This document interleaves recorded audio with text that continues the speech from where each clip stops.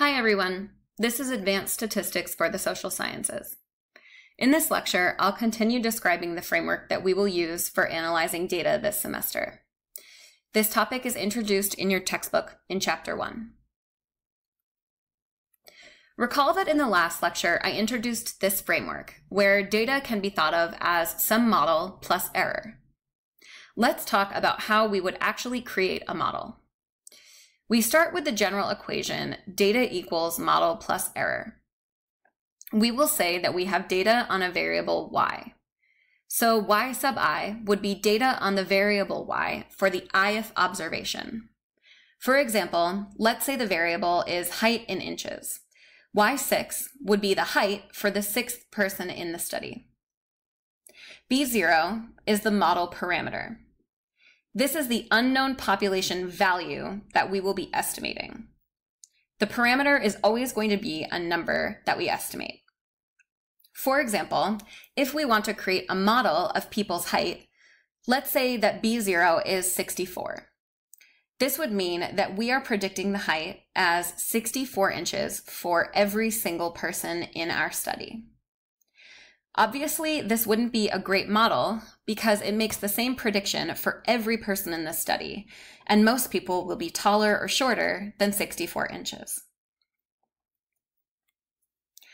We can add predictors of height to the model to make the model more accurate for more people, thus reducing some error. For example, let's say we also know the sex assigned at birth for our participants. We would think that sex would be related to height. That is, men are usually taller than women on average. In this model, sex is the predictor variable. We are going to include it in the model to adjust our prediction of height in some way.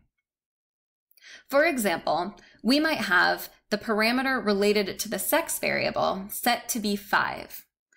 What would this mean for the model?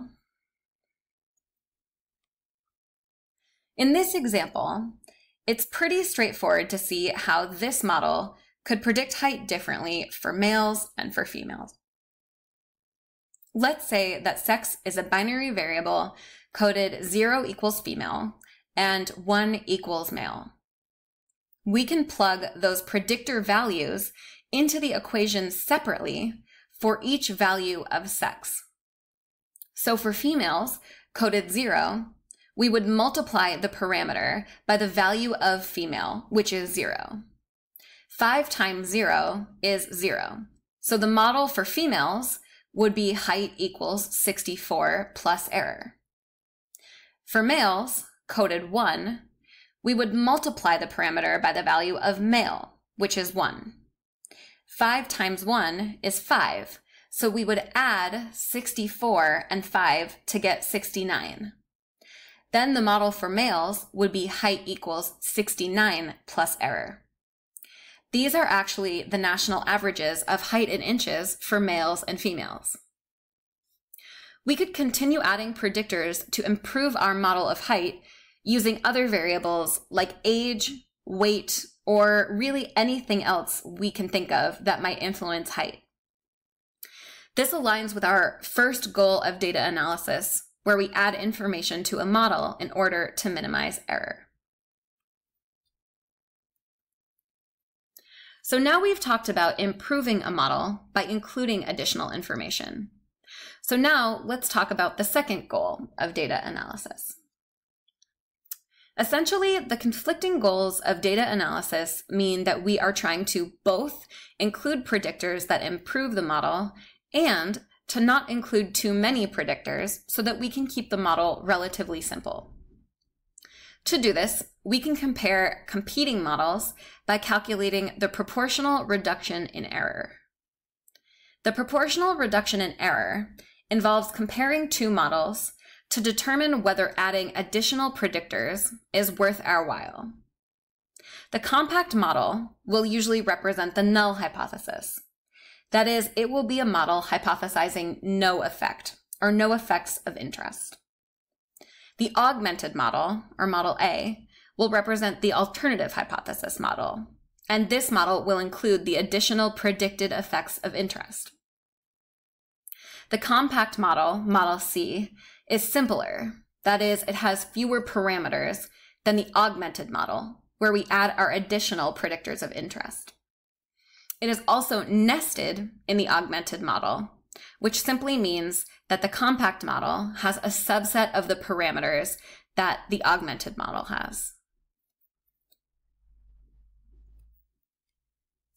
We can define proportional reduction in error as the amount that error is reduced by adding parameters. Another way to think about this is that the proportional reduction in error is the amount that error is reduced in the data when we examine the alternative hypothesis. Let's take a look at this formula for a minute. The error in the augmented model with the additional predictors is always going to be some amount smaller than or the same as the error in the compact model, meaning that the ratio of the two ranges from 0 to 1. Because proportional reduction in error is 1 minus this ratio, it follows that the proportional reduction in error ranges from 0 to 1 as well. If the leftover error in Model A is similar to the error in Model C, the ratio of the two will be close to 1, and proportional reduction in error will be close to 0. This indicates to us that the additional parameters probably are not worth it because they're not reducing error very much, and we should stick with the null hypothesis model, or the compact model. If the leftover error in Model A is much smaller than the error in Model C after adding the additional parameters, the ratio of the two will be close to 0, and proportional reduction in error will be close to 1. This indicates to us that it's probably worth it to add the additional parameters to our model, and that we should go with the alternative hypothesis model, or the augmented model. Very generally, this is how proportional reduction in error gives us similar information to hypothesis testing. Let's look at our height example to illustrate this point. Our compact model just predicts a single height for everyone in the dataset of 64 inches. Our augmented model predicts a different height for men and for women that corresponds to the national averages of male and female height.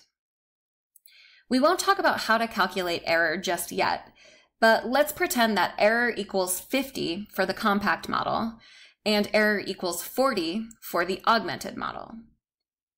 We can calculate proportional reduction in error as 1 minus the ratio of 40 over 50, which reduces to 0.2 or 20%.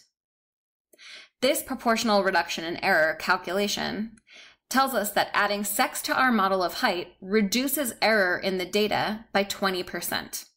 Not bad. There are a few considerations regarding proportional reduction in error that we want to take into account.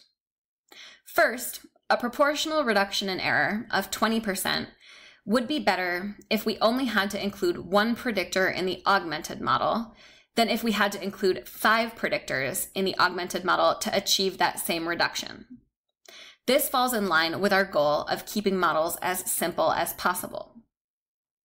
Second, the maximum number of possible predictors that we can add to any model is equal to the number of observations in the data. So for example, if I have data on 30 people, I can only include up to 30 predictors in my model, essentially 1 predictor per person. This means that I can compare the number of actual predictors that I include in a model to the number of predictors that could have been added to a model. A proportional reduction in error with less parameters compared to the total number of possible parameters or predictors is better.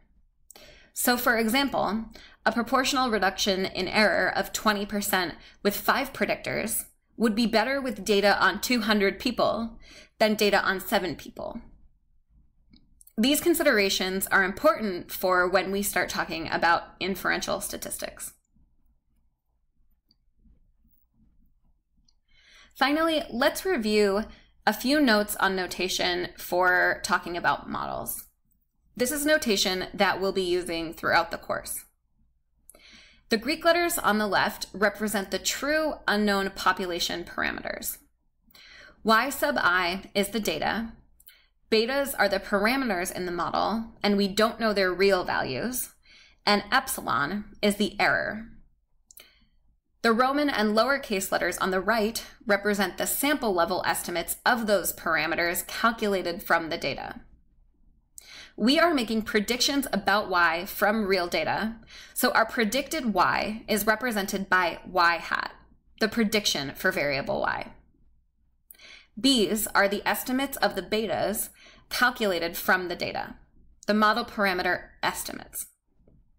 And E is the error in the data, which can also be thought of as the amount that the predicted value Y hat fails to predict Y, the data. Let's consider again the simple formula data equals model plus error. Because Y hat is the prediction for the data, it can be considered the model part of this formula. In the simplest formula, the prediction Y hat is equal to the parameter estimate B0. Thus the formula, data equals model plus error, could be considered as Y equals Y hat, or predicted Y, plus error, or equivalently, Y equals B0 plus error. This concludes the second lecture on our course framework for data analysis. In the next lecture, I'll describe types of error and how we might look at descriptives in this framework.